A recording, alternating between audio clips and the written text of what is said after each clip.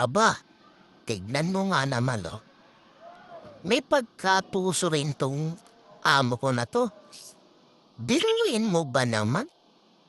Pagpinturahan niya ako ng ganitong klaseng pader, pagkahaba-haba, pagkatapos, wow! Binibigyan niya pa ako ng araw para tapusin kagad ditong mga pader.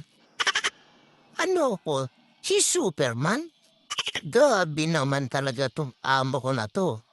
Gusto niya tapusin ko ng 2 linggo? Mag-isa lang ako? Aba, aba, aba. Pambihira itong amo ko, oh. Tignan mo naman, ayan ayun ako sa taas. Yung amo ko sa baba. Gusto niya, bukas ako na lang mag-isa ang titira ito. Tignan mo naman ang pader na pipinturahan ko.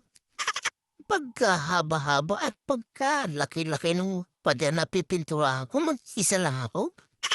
Oh, kita mo kung gaano kahaba yan? Rat, mag-isa lang ako titira niyan.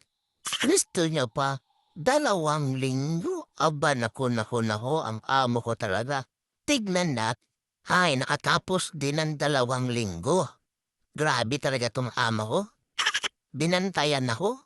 Hindi talaga ako tinantanan hanggat hindi ako nakakatapos sa loob ng 2 linggo. Gagamitin ko pa naman sana yung brush ng Pang-Cutics, nahuli ako. Ayan, tuloy. Binalit sa brush na Pang-Cutics, brush na di 7. What? Grabe tong amo ko, nuknukan ng gulang. At nuknukan din ng kunat. Biruin mo ba naman? Pag meriendahin niya ako, 1 pirasong tinapay. What?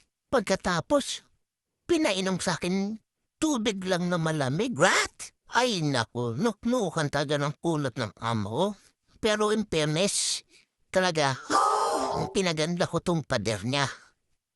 Eh talaga, sabi niya, what? Bibigyan niya ako ng bonus. Anong klaseng bonus yun? Kaya ibibigay sa akin ni amo, is nuknukan ng kunat ito.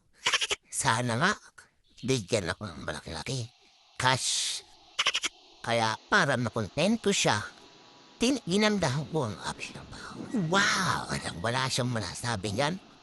Bukod na sa maganda, quality pa yung trabaho. Wow! Sinunod ko ang tamang proseso ang trabaho ko para naman magustuhan ng amo. At hindi siya kalo sa babae niya sa akin.